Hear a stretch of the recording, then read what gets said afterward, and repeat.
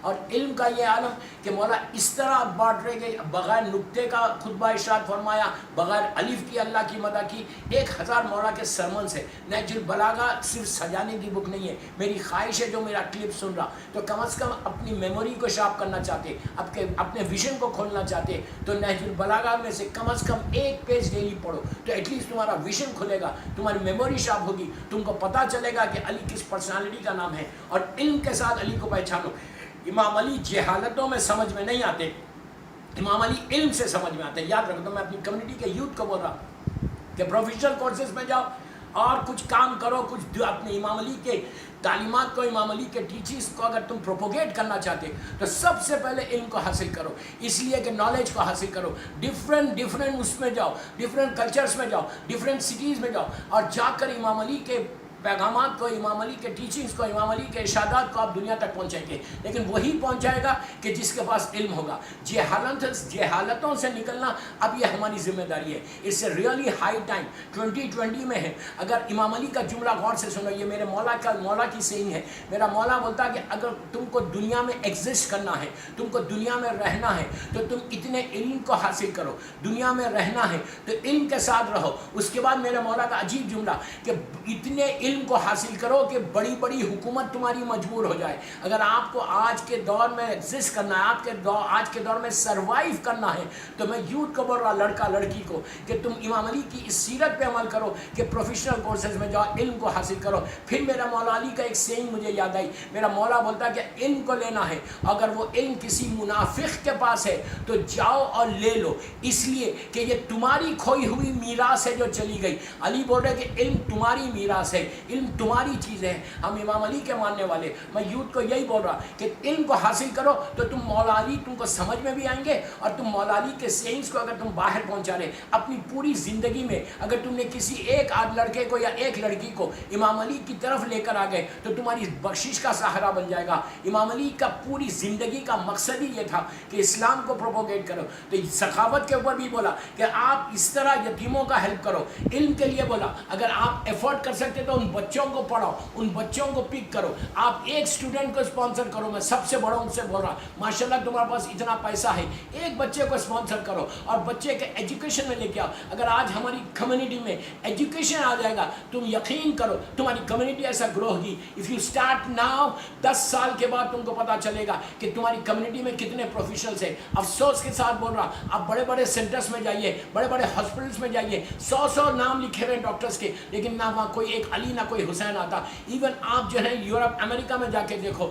آپ ناسا میں جا کے دیکھو، ناسا میں اورلینڈو میں گیا تھا اور اتنے ریسرچ اسکالرس ہیں، ایک ریسرچ اسکالر ہمارا نہیں ہے۔ انڈیا میں بابا ٹیکنالوجی ہے بامبے میں، جہاں سے میزائل بن رہے، وہاں پہ ایک امام علی کا چاہنے والا نہیں ہے۔ یہ علم تمہارا کام ہے بابا، تمہارا کام ہے، تمہارا فرض ہے کہ جتنی ہو سکے نالج کو حاصل کرو۔ ایجوکیشن ہوگا، ایجوکیشن کی طرف آؤ۔ یہ مولا علی کی سیرت کا ویری ویری امپورٹنٹ پہلو۔ ماہ رمضان یہ بہت اچھا مہینہ، یہ برکتوں والا مہینہ، دعا کرو کہ مولا ہم کو آپ کی سیرت پہ عمل کرو۔ بس آخری بات بولتا، امام علی سے پوچھا گیا تھا کہ کتنے قسم کے لوگ ہیں، کتنے لوگوں کی کوالٹیز کیا، کتنے انسان زمین پر رہتے، جملہ تھا مولا یہ بتائیے کہ کتنے انسان زمین پر رہتے، تو علی نے کہا کہ 3 لوگ رہتے، 3 وضع کے لوگ رہتے۔ پوچھا کیسے، تو کہا ایک عالم ہوتا جو علم کو دیتا، ایک اسٹوڈنٹ ہوتا جو علم کو لیتا۔